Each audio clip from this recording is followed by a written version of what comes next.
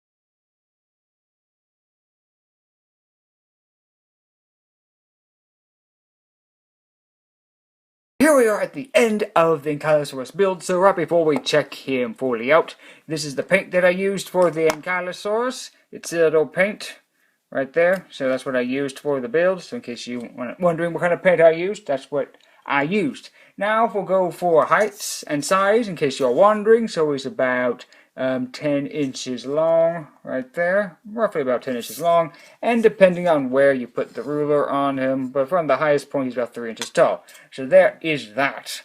And now let's check him out. The tail feature I think has turned out really good, and how it's attached in there is really secured, so there's no super risk of this actually pulling out and getting broken. So yeah, tail works really good. I really like how that tail has turned out. There's a little bit of a gap right there, but kind of had to cut that just to make sure that the tail could swing fully. But on this side it's much cleaner.